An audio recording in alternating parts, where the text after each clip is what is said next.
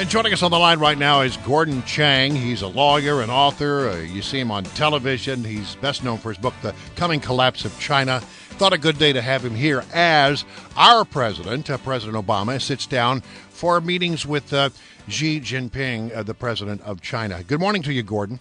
Good morning. All right, I have a very personal fondness for China and the Chinese people because, well, China gave me the greatest gift of my life, which was my daughter. And I don't talk about that often, but I really have a very special place in my heart for China. But if you look at the relationship between the United States and China right now, yeah, boy, there's a lot to talk about. Well, there certainly is. And President Obama and President Xi Jinping will talk about climate change today because the Chinese are announcing a national cap-and-trade program. But apart from that, there are so many issues that divide us. And apart from climate change, the expectations have never been lower for a meeting of Chinese and American leaders because you got cyber issues, South China Sea, support for North Korea, all sorts of issues that are going to come up that we need to talk about because there's been no progress from the Chinese on this. Matter of fact, they've been moving backwards. So Gordon Chang, if you were making a list of the top 10 issues that the President of the United States should be addressing with the leadership of China, where would their carbon emissions fall in that list? Probably close to the bottom. Not because I think that climate change isn't important. It is. But the Chinese are going to put less carbon in the air whether or not there is a cap-and-trade program and whether or not they have an agreement with us because their manufacturing sector has been contracting. So This is something that we're going to do anyway, and we don't have to give them credit for a failing manufacturing factory sector. But they're going to be celebrated today. I'm already seeing it. Huffington Post is going crazy. China's able to do what this dysfunctional U.S. government is not able to do. Well, yes, that is technically true, but we have an economy that is not falling apart. Right. So there's a big difference there. And also China is probably not going to cap and trade some other things like automobile emissions. I'm not so sure that that's going to be in the statement because it hasn't been mentioned in what we've seen up to now in the reporting. All right, so the Chinese are thought to be behind the cyber warfare attacks that took the records of some 21.5 million people. They're building islands in the South China Sea, trying to expand their claim of territory in that region. They're building nuclear subs that can carry nuclear missiles, which is a new and different thing. Their military spending is going through the roof. And which of these things do you think the president will address behind closed doors? Probably all the above, except they might not talk about the ballistic missile submarines. Cyber is what everyone is talking about.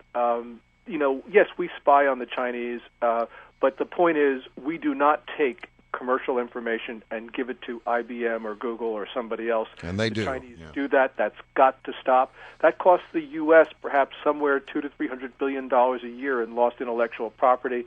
This is something which is critical to the United States, and unfortunately, administrations have allowed the Chinese to do this for far too long. There's one other thing that's going on out there, and it's been in a couple of stories of late, and that is that, we I guess everybody spies on everybody, but we often, to make sure we know what's going on around the world, we fly, military aircraft. They call them spy aircraft. They're surveillance aircraft.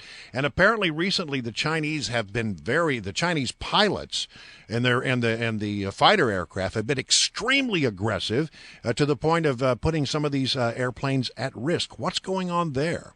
On September 15th, the Chinese passed within 500 feet of the nose of an Air Force RC-135 over the Yellow Sea in international water. This is extremely dangerous flying. There was a dangerous incident from 2014 where a Chinese plane did a barrel roll over a U.S. reconnaissance flight. This is something where the president's going to talk about an annex to an agreement on air-to-air encounters.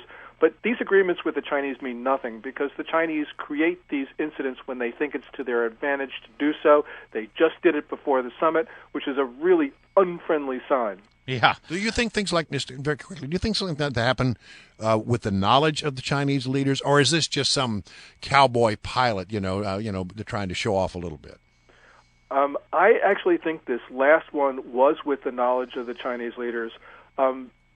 Some of the prior ones may have been done by a rogue unit. We're not entirely sure about that, but the point is the Chinese leaders are responsible for what their military does, especially because the military in China is not a national army. It's an army of the Communist Party. It's a private army. It reports to Xi Jinping. He has to know about it. So I'll ask you, Gordon Chang. I mean, I asked you where carbon emissions would fall on the list. What's your number one issue? What do you think the president should take up with the Chinese leadership, whether we hear about it or whether it's done behind closed doors? I think cyber is number one, but freedom of navigation in the South China Sea is number two, because China has, not only with the reclamations, but it's trying to close off international water and airspace. And if the U.S. has had a consistent foreign policy over the course of 2 centuries, it has been the defense of the global commons.